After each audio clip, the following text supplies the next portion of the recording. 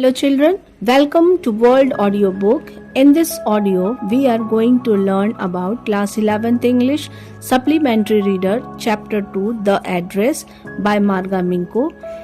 Important question answer Part 1. Question: What was the response of Mrs. Dorling towards the author when she visited her for the first time?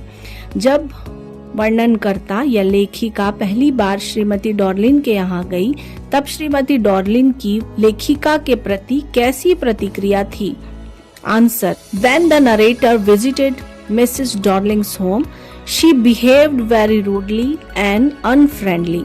The narrator went her home in the search of her mother's belongings. Mrs. Dorling denied recognizing her. She told her that she could do nothing for her.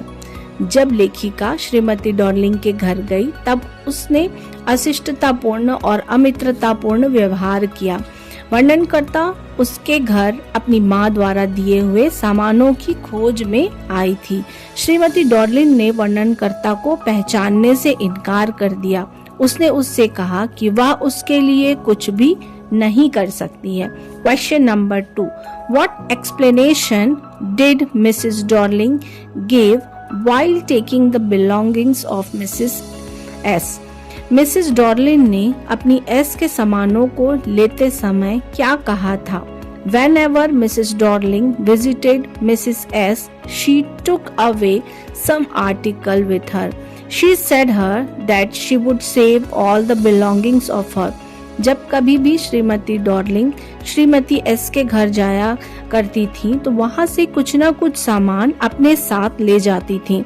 उन्होंने उससे कहा कि वह सभी सामानों को सुरक्षित रखेंगी। Question number 3. Who was Mrs. Dorling? Shrimati Darling कौन थी?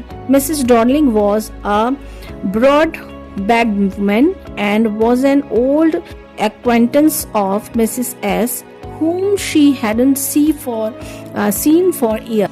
Mrs. Dorling was a broad-backed woman and was an old acquaintance of Mrs. S, whom she hadn't seen for years. She had suddenly recollected and renewed their contact. She was a very rude and ungrateful lady. She took away all the precious belongings of Mrs. S, and she had no intention to return the belongings. Shrimati Darling एक चौड़ी कमर वाली महिला थी और वह Shrimati S की पुरानी परिचित थी, जिससे वह कई वर्षों तक नहीं मिल पाई थी। उसे अचानक स्मरण हुआ और अपने संबंध को पुनः जोड़ना शुरू किया।